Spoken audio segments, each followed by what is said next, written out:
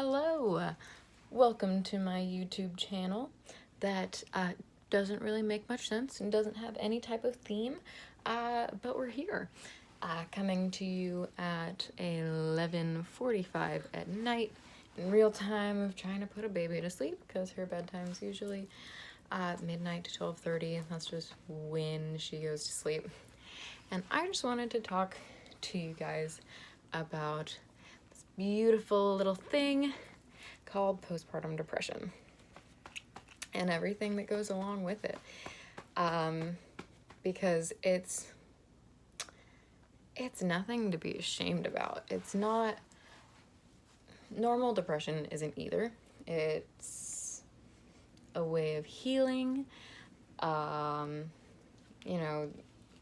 chemicals in our brain, it's not something you can just make disappear, and it's definitely nothing to be ashamed about, but postpartum depression is definitely something incredibly different.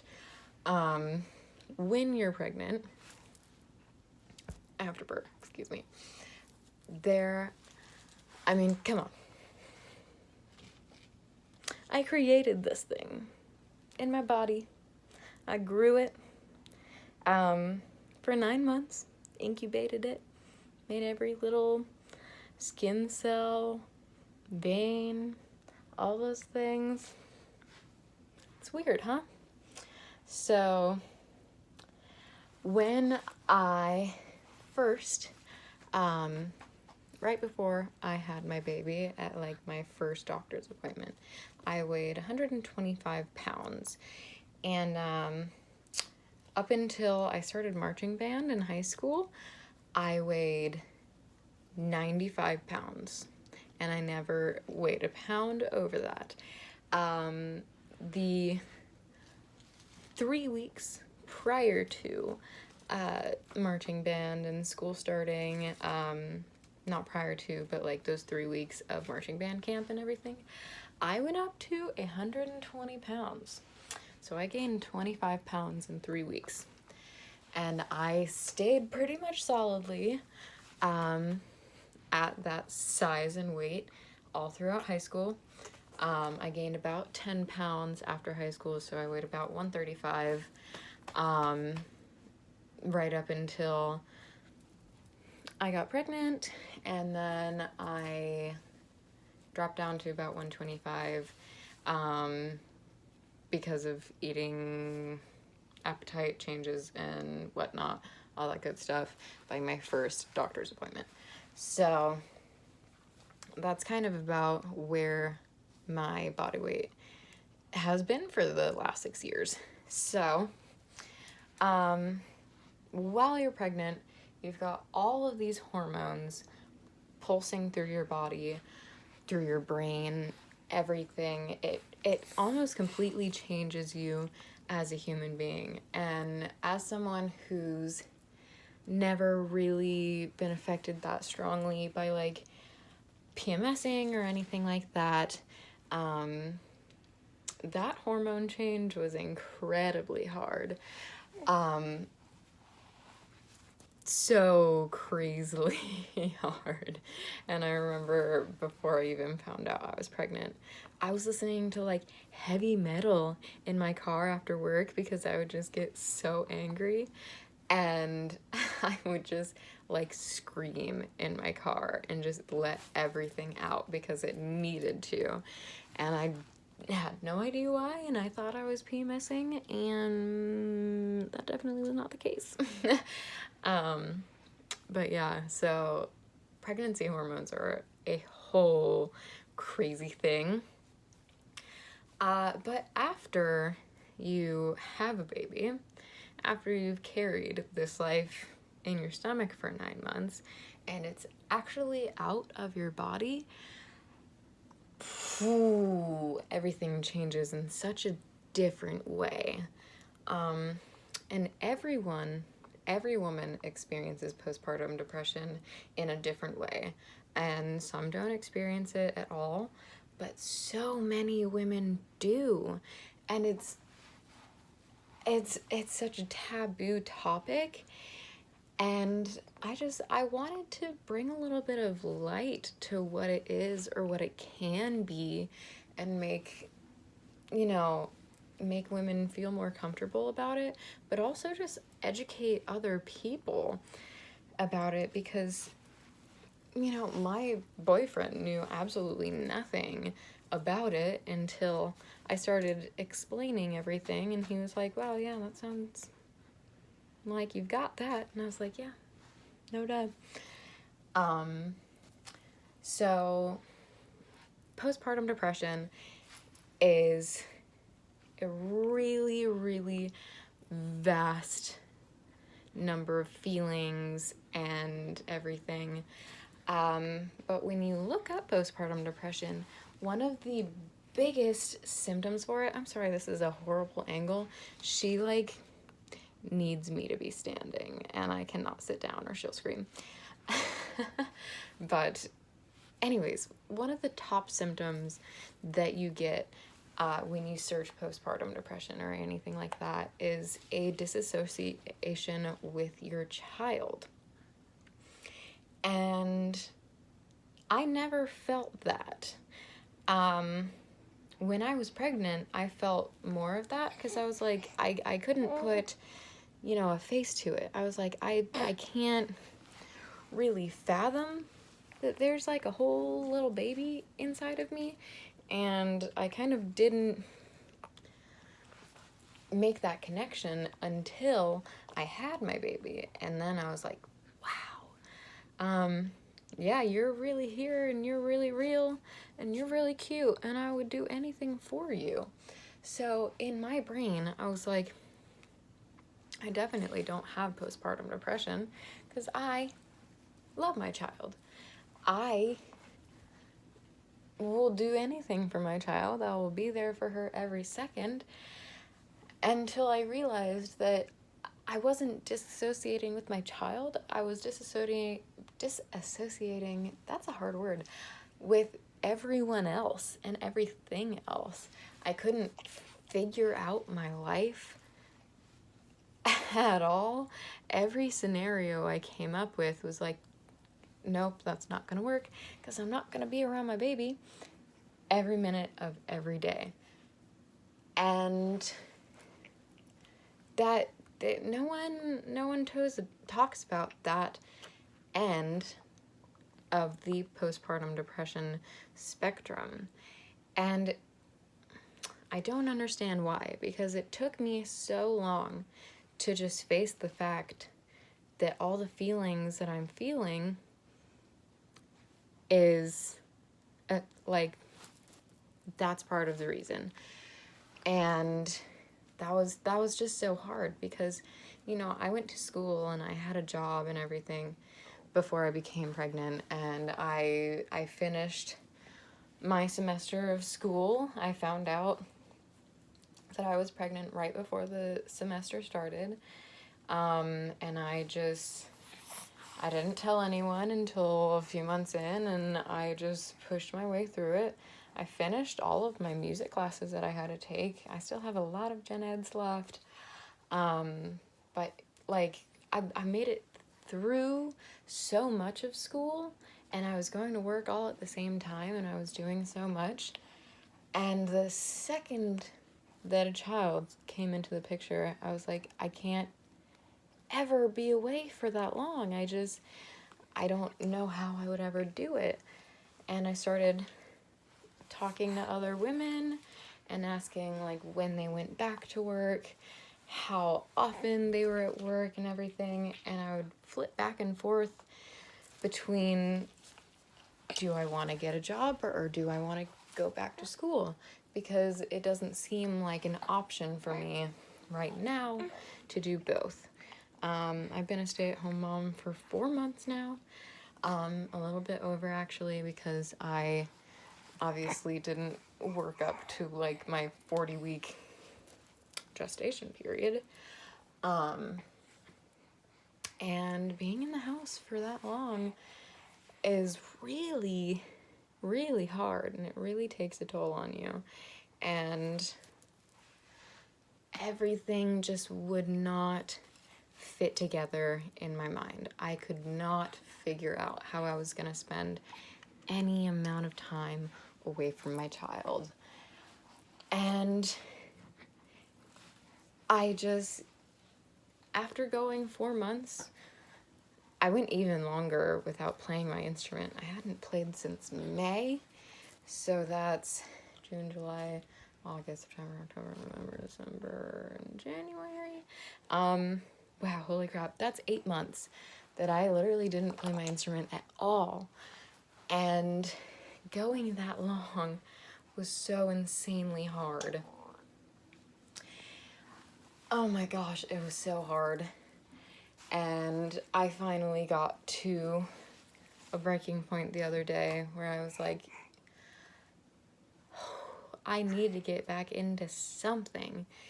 And even when the last semester ended, I went to a few concerts and I was trying to figure out, and I was trying to tell everyone, I was like, I'm gonna come back, even though like up until that day, I was like, I'm not gonna go back to school.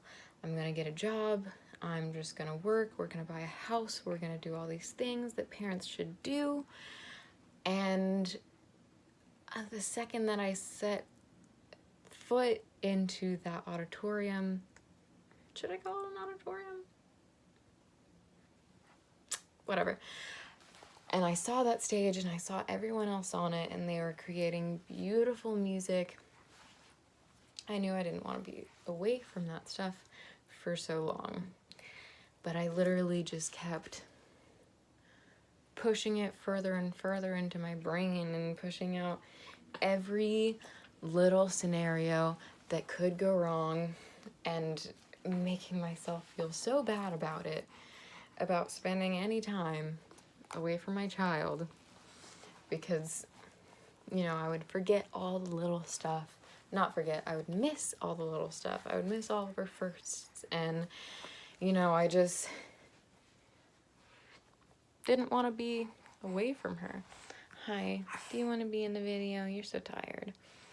I just couldn't figure out how to be away from her. And it's just, that was the biggest part of my postpartum depression, is I couldn't make my world make sense. I couldn't imagine any other scenario outside of being a stay-at-home mom, because I just enjoy spending all this time with my baby. I'm terrified of leaving my child with other people. I don't let anyone into my world because it's scary. This is my first child, my last one for a long time. And I don't know, I couldn't stop playing scenarios through my head that just turned out horribly. I would go all the way 18 years into the future trying to think up who my daughter's gonna turn into if I wasn't there for her every second of the day, for every little first, for all of the things that she might need me for. And holy crap, that took everything out of me, starting to think that my life was over and I was never going to pursue my dreams, and I was never going to go anywhere in life, and I was going to be this mom forever. And don't get me wrong, I absolutely love being her mom so much, and I would absolutely be a stay-at-home mom for freaking ever. You look like you're about to start crying. You're so tired. Oh, yeah. Where was I at? I would absolutely do this forever if I had the means to support us and our family. And Johnny is doing so much right now to cover all of our expenses and do everything and support us, and it's amazing, but it's just not enough. And God, it took me so long to realize that. And the reason that I was talking so much about my weight at the beginning of this video, I kind of forgot where I was going with that. On my birth date, at 38 weeks and a little something, the day that she was born, I weighed 160 pounds. And that was crazy to me. I hated the way that I looked while I was pregnant. I know I didn't show very much or more, like as much as a lot of women do or anything like that, but I didn't associate that weight in my stomach. I didn't even get stretch marks or anything like that, but I associated that weight in my face and in my butt. I gained a lot of weight in my butt. I got stretch marks on my butt, in my thighs, in my ankles, and everything. I hated the way that I looked. And after having my baby, I dropped like 20 pounds that day. Just, you get a lot of stuff out. And then we're at 4 months postpartum now, and I weigh less than I did at my first checkup. I weigh 120. And while that's not a super abnormal weight for me, I feel like I look sickly. And that's because I've lost almost every ounce of muscle mass. My stomach is smaller. My butt is so much smaller. Ooh, it's crazy how much my butt carries my muscle, because I don't know, I've always really loved my butt, and we're just talking straight, like, body positivity here, nothing more than that. I freaking love my butt. I felt like my butt was my best feature on my body. I don't got no boobs to make up for it, so I was like, at least I have that. And now I've stopped pumping, so my boobs have gone back to their normal size, and my butt is so freaking small. And it drives me crazy. And I know it shouldn't drive me crazy, but it does. And you know what? It's because of how the postpartum depression affected me, because of how much I felt like I needed to be there for her every second of the day and not let her cry and, never leave her side. I sat in my bed all day, every day. I literally wouldn't get out of my bed for hours until Johnny got home at 7 o'clock at night. I would eat one meal a day for months. And sometimes even less than that. And it was so unbelievably unhealthy for me. And I lost so much weight. I lost so much muscle mass.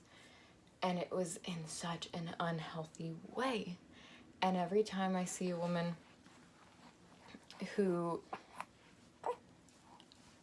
has had a child or anything, like has struggled with weight problems or anything like that, they look at me, and you have no idea how many times I've heard someone say, I'm so mad that you look so thin. I'm so mad at how thin you are and how much weight you've lost, and pretty much that I am not fat. And I don't use that in a derogatory term, anything like that. Women that hold their weight after pregnancy is so normal. You're not supposed to just drop all that weight as soon as you give birth, especially not in such an unhealthy way. And every time I hear that, it makes me mad, because I just want to sit there and explain to them, like, I'm not healthy. I didn't want to lose that weight. I lost way more than I wanted to. I'm not proud that I look like this. I'm like, I could have stayed at the weight that I was the day that I gave birth and had all of that extra weight in my stomach and everything and left my thighs bigger and everything, and I would have been so okay with that. And that just didn't happen because that wasn't my experience. And I wish that body shaming women who have given birth would just fucking stop. I wish it would stop, because you have no idea what spectrum they're on as far as postpartum depression or what their body type is. Because some women have the body type to, you know, hold on to their weight, to there's so much to get into. There's so many different women out there, and every single woman has a different experience with children. And even women that can't have children, they experience depression in a different way. They experience like empty nest syndrome, all of that kind of stuff. Women with endometriosis, women that can't conceive, they experience everything so differently too. And sometimes once they figure out that they can't have a child, they gain weight and they go through depression and all of this other stuff. And it all just needs to stop. The body shaming of women needs to stop, because childbearing or not childbearing and every experience in between is going to be different for every woman, every body type, and every single aspect of their life is going to affect how it affects you. And while I'm like a lot healthier now, I started working out a little bit, I've definitely started eating more.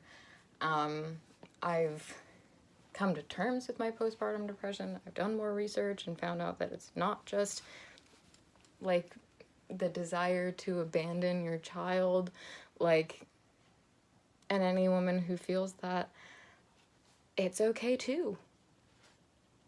Go to your doctor, talk to them about postpartum depression, and there are actual medicines that cure that stuff. And I do plan to go talk to my doctor and get put on a medication that makes the little bit that I've stepped up from and out of it that much more. And it's such a stereotyped thing that women that have it are like, no, it doesn't exist. God, that drives me crazy. Women that say that postpartum depression doesn't exist. It's like, really? You don't think your hormones could be just a little off balance after all of that? Okay. You have your opinions, but it's scientifically proven, and that's why there's actual cures for it. And that's all I'm gonna say on that. If you experience that stuff, like, please talk to someone about it, because it's hard. Being a mom is so hard, and if you're struggling with the harder and more serious end of postpartum depression, not only does that affect your life, but it affects your baby's life. It affects your marriage or your love life or anyone around you, and it's not worth it to just sit there and like silently try to deal with it, because it's a physical hormonal imbalance in your body and in your brain, and you can get help for it, and you can change things. And even when you are on like a pretty minute side of it, where you don't have like, okay, I do have random outbursts of crying, but like, who doesn't really? But they're not frequent at all, but like becoming more bipolar and, you know, having outbursts of anger and leaving your child to cry for hours because you just can't get out of bed to comfort them. I'm so sorry. I'm so sorry if you deal with that. And I'm so lucky that I'm on the lower end of that spectrum, but that doesn't mean that it's nothing and that I should ignore it, because it's not nothing, and I feel it, and it affects the person that I am. It doesn't just affect my attitude and I'm still the same person. No. And I just went to school on Thursday, and it was so, like, the night before I messaged my symphonic teacher, my trombone instructor, my freaking mentor, they're all the same person, and just said, hey, can I please come to school and just play with you guys tomorrow? I would love to come back full time, but that's just kind of not an option right now, but I have to play. I have to do something. I saw that all the kids went back to school, and I just, oh my God, I needed to so bad. And that was the first time that I've had like an urgent, like, thought of, I can get back into this. I'm going to make it work. I can do this. And like the second I sent that email, I freaked out, because I was like, no, I can't do this. I'm gonna disappoint everyone. I'm just gonna back out, and it's gonna make everyone so mad. And then I got there, and like every ounce of my worries went away, and everyone that I knew there like just came up and gave me a hug and told me how excited they were for me to be there. And my playing actually impressed me. After 8 months of not playing, I didn't play like complete shit, which was really cool. I didn't forget 4 years of theory in 8 months. Not 4 years, 2 years, 4 semesters. But it wasn't all gone. And like everything wasn't for nothing. And I realized that it was something so easy to do, and I was told I had to register for the class if I wanted to come in and play for all the classes. And so I did, and I paid for it. I borrowed money to pay for it, but it's like $100 at FSCJ, like one class. It's not bad. And oh my gosh, I went home and I had the best freaking day ever. And I figured everything out, and it's all gonna work. And I was like, wow, that's all I had to do? It's really not that scary? Because it's not. It wasn't scary at all. And oh my gosh, it felt so good to come home and be like, wow, holy crap, my brain has really come up with so many scenarios that just don't even exist. And I'm so grateful that I did that, because now I'm like, I can do anything. I can make whatever I want to work. I just have to figure out how to do it, and I have to put the effort into it. And I'm so happy that happened. And I'm so mad at myself that it took me so long and so many months of putting myself down and saying that I was never going to do this again, to just jump up and run back to class, be like, yeah, hell no, I'm going to do this because this is what I love. And I hope for everyone out there that has experienced any amount of postpartum depression or any form of depression and thinking that their life is over and they can't make things work, it will, you just have to try. You have to figure out a way, but you can absolutely do it. But yeah, I'm not gonna try to make this over 30 minutes, and we're already at that point. So that's pretty much all I wanted to say. If you have any questions about postpartum depression or anything, if you want to reach out to me about your experience with it, definitely reach out to me. I love to talk. This is definitely a no judgment zone. I don't talk to anyone about much. But yeah, other than that, I hope everyone has a wonderful day, a wonderful night. Happy 2020. I don't know, it was 2020 the last time I filmed this. But yeah, I hope your January goes great. I hope this year goes wonderful for everyone. And yeah, if you want to reach out to me, please do. And tell me what type of weird personal motivational speech that you want next week. Woohoo! All right, good night.